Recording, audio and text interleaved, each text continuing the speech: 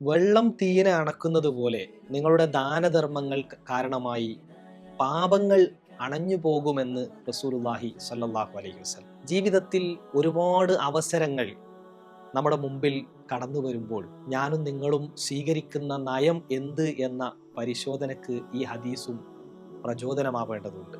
മൻദല്ലദീ യുക്രിദുല്ലാഹ ഖർളൻ ഹസന, ആരാണ് അള്ളാഹുവിന് നല്ല കടം കൊടുക്കുന്നവർ എന്ന ചോദ്യത്തിലൂടെ വിശുദ്ധ ഖുർആൻ ഉന്നയിക്കുന്ന വലിയൊരു ആശയം, അള്ളാഹുവിന് കടം കൊടുക്കുക എന്നതുകൊണ്ട് ഉദ്ദേശിച്ചത് നമ്മുടെ നാട്ടിൽ നമ്മുടെ കൂടപ്പിറപ്പുകളായി കഴിഞ്ഞുകൊണ്ടിരിക്കുന്ന ആളുകളുടെ പ്രയാസങ്ങൾ അറിഞ്ഞ് പരിഹരിക്കുക എന്നതാണല്ലോ.